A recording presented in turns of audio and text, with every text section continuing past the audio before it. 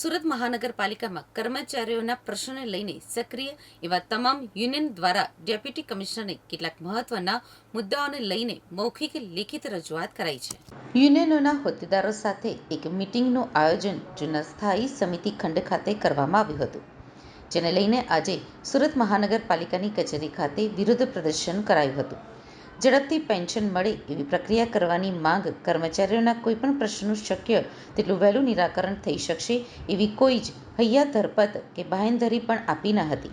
ફક્ત એટલું જ નહીં, યુનિયનના હોદ્દેદારો દ્વારા કરવામાં આવેલ રજૂઆતો સામે ગુજરાત સરકારના ઠરાવો અને નિયમો બતાવીને આ માંગણી પૂરી થઈ શકે નહીં એવું કર્મચારી અને કામદારો વિરુદ્ધ નકારાત્મક વલણ અપનાવ્યું હતું. જે કર્મચારીઓ નિવૃત્ત થાય છે તેઓનું લાંબા સમય સુધી પેન્શન શરૂ કરવામાં આવતું નથી, તે અંગે પણ ઘણી બધી ચર્ચાઓ કરી હતી. ઘણા ખરા કર્મચારી 2 કરતાં વધુ પત્ની રાખે છે, જેના કારણે કાયદાકીય રીતે પેન્શન આપવામાં મુશ્કેલીઓ પડે છે.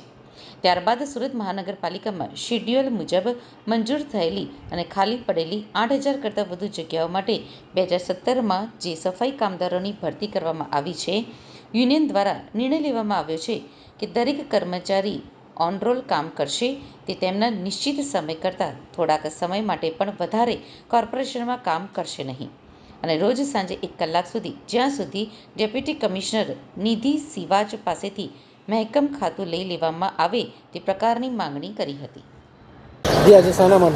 આજે માટે અમારે ધરણાનો કાર્યક્રમ કરેલો કે 6 તારીખે અમારા સંકલન સમિતિ નિધિ મેડમની ડેપ્યુટી કમિશનરની સાથે થયેલી.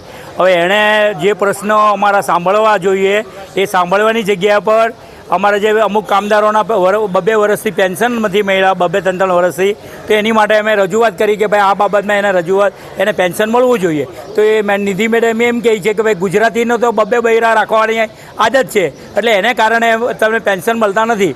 આવું એમણે ગુજરાતીનું ઘોર અપમાન કર્યું છે અને ગુજરાતીને એ લોકોએ આપણે જે લંચન લગાવ્યું છે એ માટે અમે આજે મેયરશ્રી તથા સ્ટેન્ડિંગ કમિટીના ચેરમેન અને કમિશનરમાં રજૂઆત કરવા ગયા હતા.